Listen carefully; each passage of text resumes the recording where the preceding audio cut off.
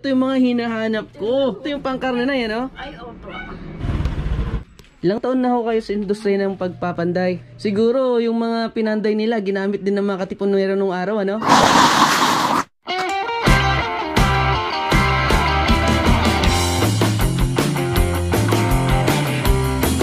Makulimlim ang kalangitan ngayon. Sana hindi ako abutan ng ulan. Pupuntahan ko kasi ngayon yung Panday sa Kawit, Cavite. Standby lang para at least makita nyo kung saan yung lugar na pupuntahan ko, para magkaroon din kayo ng idea saan kayo makakabili ng iron works or mga metal works o mga gawa ng Panday. Hindi ko kabisado yung eksaktong lugar. Magtatanong-tanong na lang ako sa mga locals. So saan po yung Pandayan? Pandayan sa dito pa po. Ah, doon pa ba yun? Ito ang Saint Mary Magdalene Parish Church. Ito! Pandayan! Pandayan! Dito. Pasukin natin to. Magandang hapon po. Tay, saan po yung Pandayan? Dito kayo. Yung puro bubong na yan. Ah, yan. Salamat, tay. Magandang hapon po.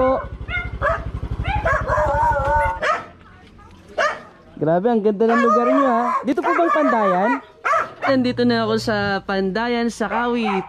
Sana makabili ako ng maganda-ganda. Ang pangalan niyo, Nay? Ay, Meli ho, Santo Bilan. Si Nanay Meli. Ilang taon na ho kayo sa industriya ng pagpapanday? Ito yung mga hinahanap ko. Ito ang ibinuhay namin sa pagkapag-asawa ko na ho. Ito yung hanap buhay. Ito minanan ng mister ko sa Ninuno nila. ayun. Siguro yung mga pinanday nila ginamit din ng mga katipunero nung araw, ano? Ayun sa mga ninuno pa nila. May jungle bolo po.